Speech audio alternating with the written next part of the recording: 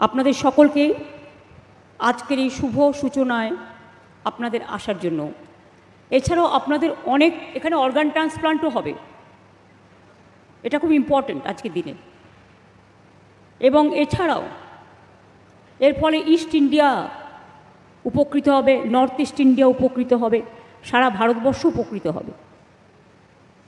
এবং আমি মনে করি যে 1500 কোটি টাকা বিনিয়োগ হচ্ছে এই হসপিটালকে কেন্দ্র করে। এটা একটা বড় সংখ্যা একটা হসপিটাল তৈরির ক্ষেত্রে।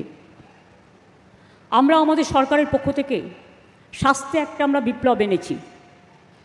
আমরা বিনা পয়সায় সরকারি হাসপাতালে চিকিৎসা দিই, রোগ নির্ণয় করি, ওষুধপত্রের ব্যবস্থা করি।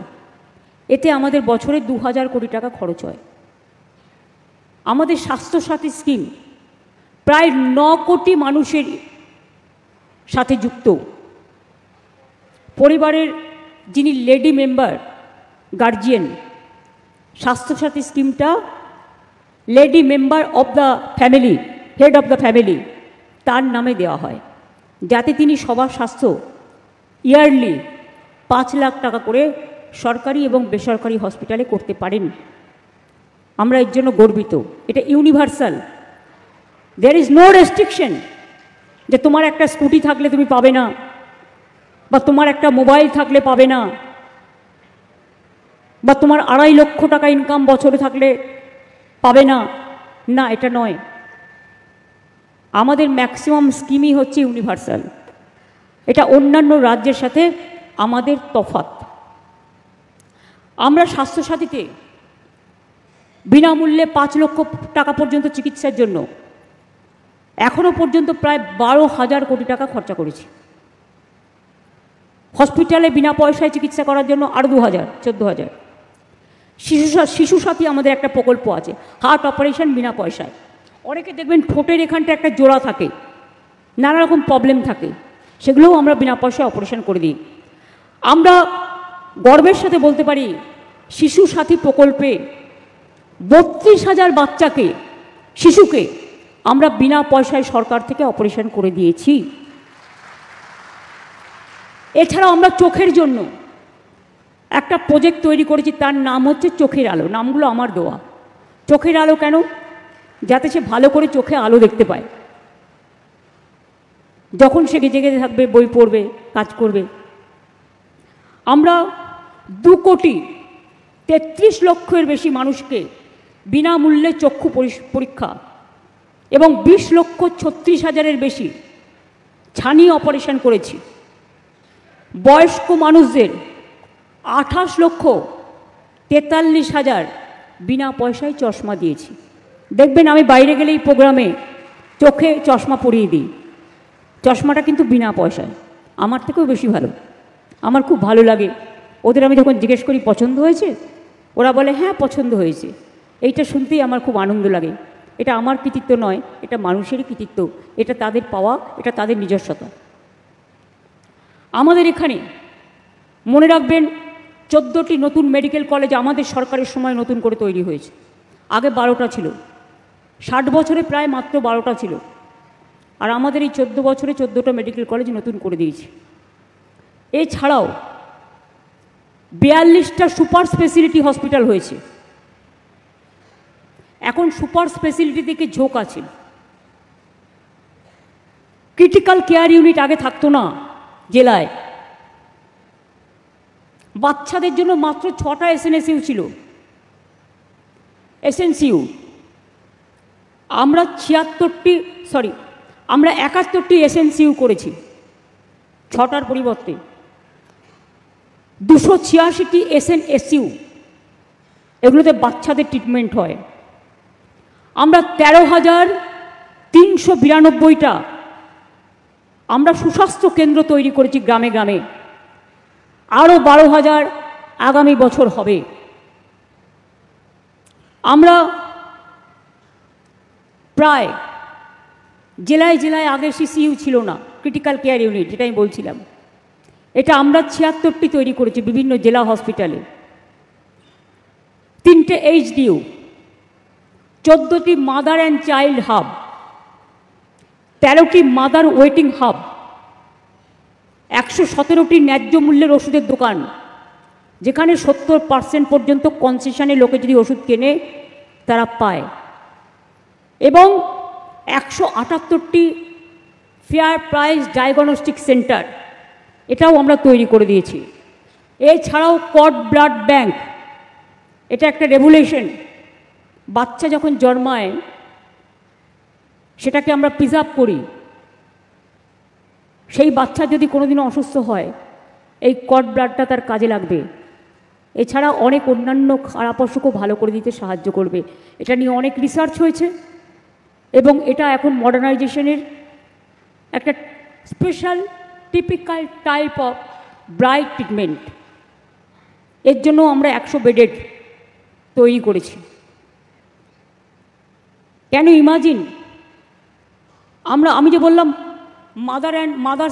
মাদার্স ওয়েটিং হার্ট করেছি, এটা কি জানেন? আমরা যখন ক্ষমতায় আসি আমি জিজ্ঞেস করেছিলাম ইনস্টিটিউশন ডেলিভারি কত, বলেছিল মেবি 60-র কাছাকাছি।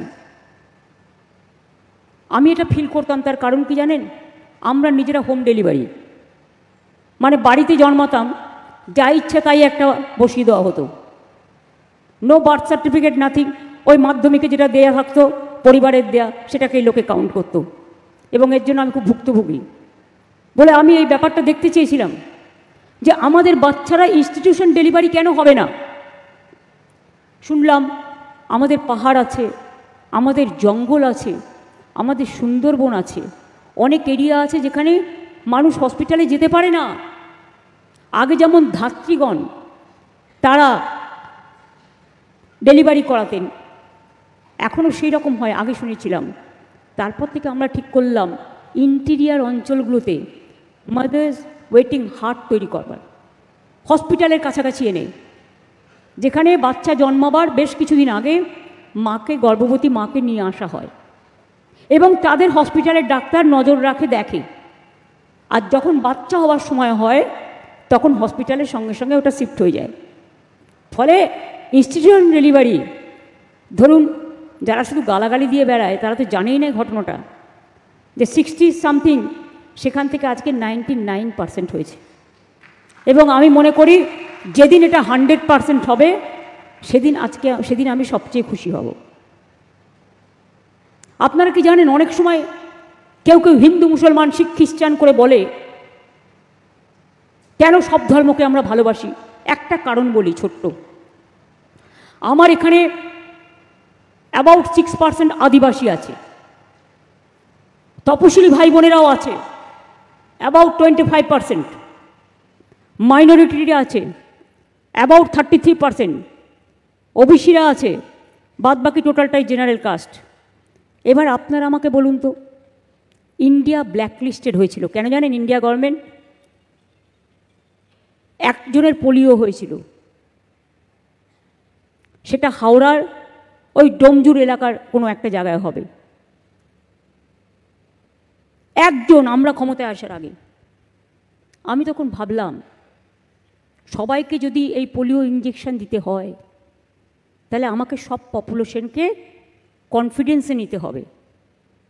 তখন আমি পুরোহিত থেকে শুরু করে ইমাম, মুয়াজ্জম থেকে শুরু করে সবাইকে বললাম আপনারা আজানও করবেন, রোজা মাসে নামাজও করবেন, কিন্তু মনে রাখবেন সমাজের কিছু বিশিষ্ট কাজ আছে আগে আপনাদের করতে হবে।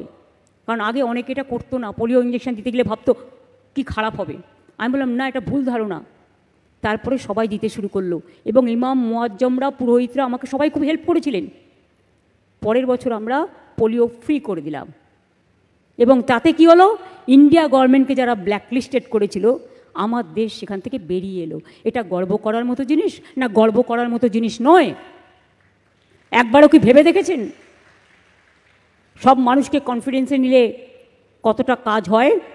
কে বলেছে আমি আমার ধর্মকে শ্রদ্ধা করব না? ধর্ম যার যার আপনার, উৎসব কিন্তু সবার। সব মানুষকে মিলেমিশে একটা দেশ তৈরি হয়। এই দেশে তো একটা রাজ্য নয়, কত রাজ্য, এক একটা রাজ্যের এক একটা ভাষা, এক একটা রাজ্যের এক একটা শিক্ষা, এক একটা রাজ্যের এক একটা খাওয়া দাওয়া, এক একটা রাজ্যের এক একটা কালচার।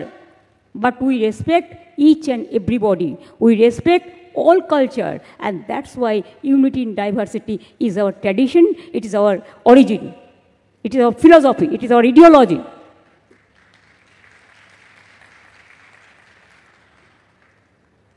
কাজেই অনেক কাজ হয়েছে, আর একটা তৈরি করেছি আপনাদের বলুন ছোটদের জানবার জন্য। জানেন তো খুবই দুঃখের ব্যাপার, অনেক সময় অনেক বাচ্চা হয়তো জন্মাতে গিয়ে মারা গেল। So many child, now it has been decreased, but sometimes the mother die before baby born. তখন বাচ্চা, they don't get the breast milk. Who will feed them the breast milk?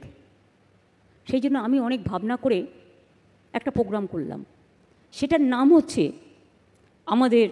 আমি নাম দিয়েছিলাম হিউম্যান মিল্ক ব্যাংক, মানে মধুর স্নেহ, এটার নাম দিয়েছিলাম।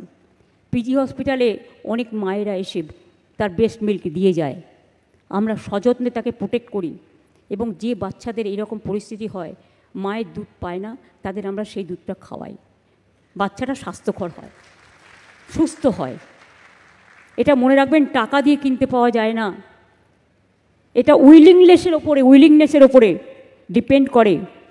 কাজেই আমরা এগুলো করতে পেরেছি বলে আমি আজকে জানালাম, এই কারণে যেহেতু আমি মনে করি যে আজকের প্রোগ্রামে এই কথাগুলো আমি না বললে, আমরা তো সারা জীবন শিখি, so you can also think about the human milk bank, think about the mother heart, waiting heart, all other lesson.